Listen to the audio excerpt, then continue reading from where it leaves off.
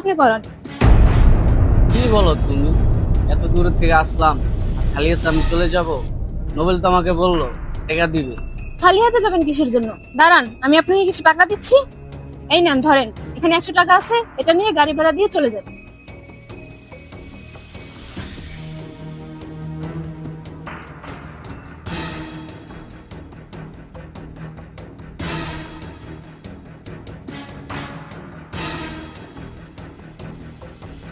ও ভালো কথা নোবেল, আজকে তোমার বড় ভাই আসছিল।